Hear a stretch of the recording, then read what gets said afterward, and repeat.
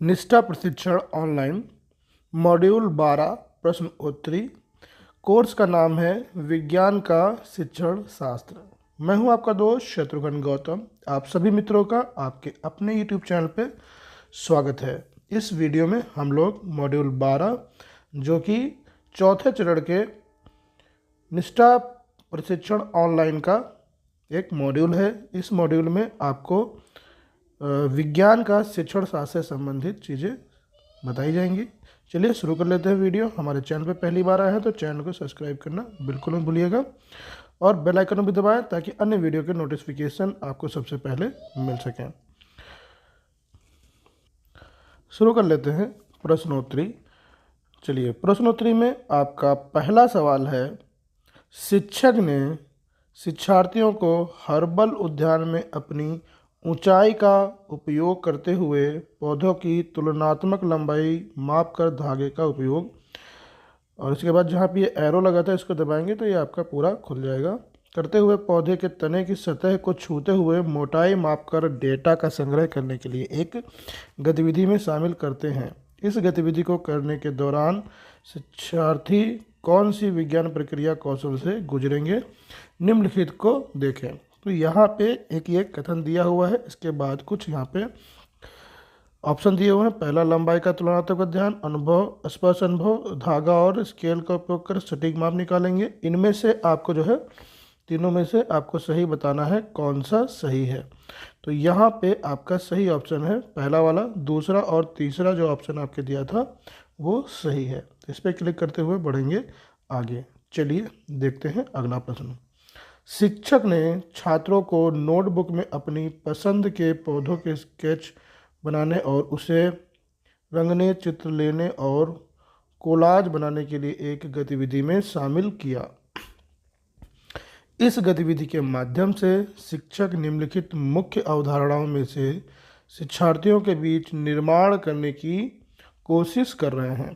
तो इसको यहाँ पे क्लिक करके रिड्यूस कर देंगे। यहाँ पे ऑप्शन इसका पौधे की वृत्तियों में विविधता, ये आपका सही आंसर है। इसके बाद हम लोग बढ़ जाएंगे आगे। तो यहाँ पे ये ट्रायंगल बना है, इसको दबाएंगे तो नीचे को पूरा क्वेश्चन आ जाएगा।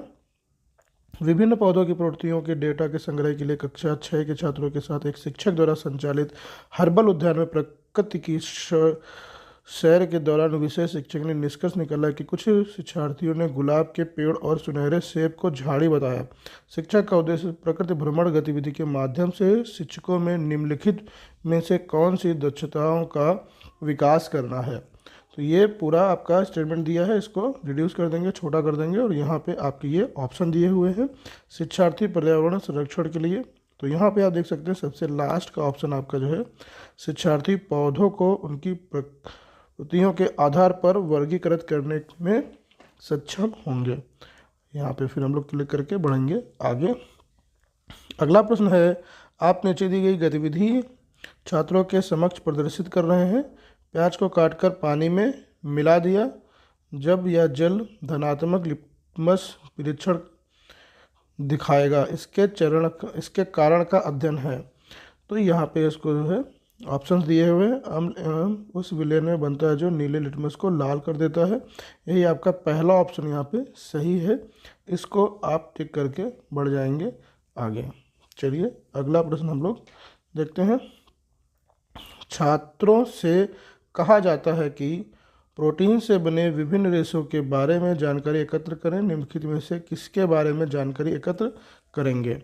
तो आपका जो प्रोटीन है, प्रोटीन से बने हुए यहाँ पे कुछ कपड़े दिए हुए हैं, तो इसमें आपका रेशम जो है ये आपका सही उत्तर है। अगला प्रश्न है, कक्षा में घोल के बारे में चर्चा करते हुए आप एक विद्यार्थी को पानी में किसी पदार्थ को डालने के लिए आमंत्रित करते हैं।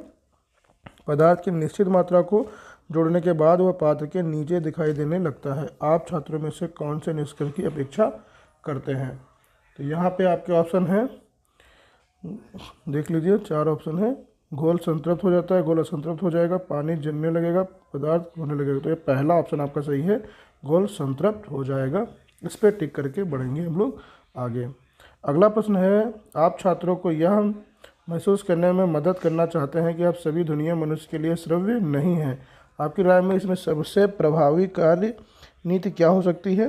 जिसके ऑप्शन है आपके स्थानीय दौरा, परियोजना, प्रश्नोत्तरी और रोल प्ले। तो यहाँ पे आपका जो सही आंसर होगा वो तीसरा ऑप्शन होगा, परियोजना। इस पे हम लोग टिक करके बढ़ेंगे आगे। देख लेते हैं अगला प्रश्न। ध्वनि उत्पन्न करने के लिए विभिन्न तरीकों का परिचय कराने के लिए पड़ोसी कक्षा के एक शिक्षक अपने विद्यार्थियों को किसी भी तरीके से ध्वनि उत्पन्न करने का अवसर देने की योजना बना रहे हैं, लेकिन आप नहीं चाहते हैं कि आपके छात्र अशांत हों। आप उस शिक्षक को क्या करने की सलाह देंगे? तो यहाँ पे आपके जो ऑप्शन दिए हैं, कक्षा के दरवाजे और खिड़कियाँ बंद कर दें और शिक्षार्थियों से जोर से ना बोलने के लिए कहें। ऐसी गतिविधियों से बचें। शिक्षार्थियों को गतिविधि करने के लिए सभी कक्षाओं से दूर खेल के मैदान में ले जाएं। तो यहाँ पे आपका दूसरा ऑप्शन सही है। इस पर टिक करके हम लोग आगे बढ़ेंगे।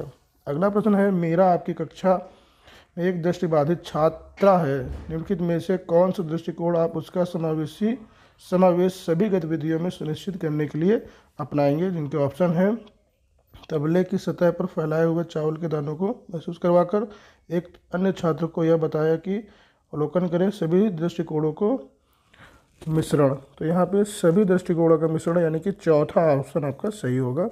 भारत में स्कूली शिक्षा को किस चरण में विज्ञान को एक अलग विषय शास्त्र के रूप में शुरू किया जाता है? प्राथमिक स्तर में, माध्यमिक स्तर में, उच्च प्राथमिक या उच्च प्राथमिक में? तो यहाँ पे आपका उच्च प्राथमिक आपका चौथा ऑप्शन सही है। इसके साथ हम लोग टिक करके बढ़ेंगे आगे। टोटल क्वेश्चन आपने 10 किए, 10 में से 10 का स्कोर आपका हो रहा है। तो वीडियो पसंद आए तो प्लीज़ इसको लाइक करें, शेयर करें। हमारे चैनल पर पहली बार आए हैं तो चैनल को सब्सक्राइब करना बिल्कुल मत भूलें। Thank you for watching this video.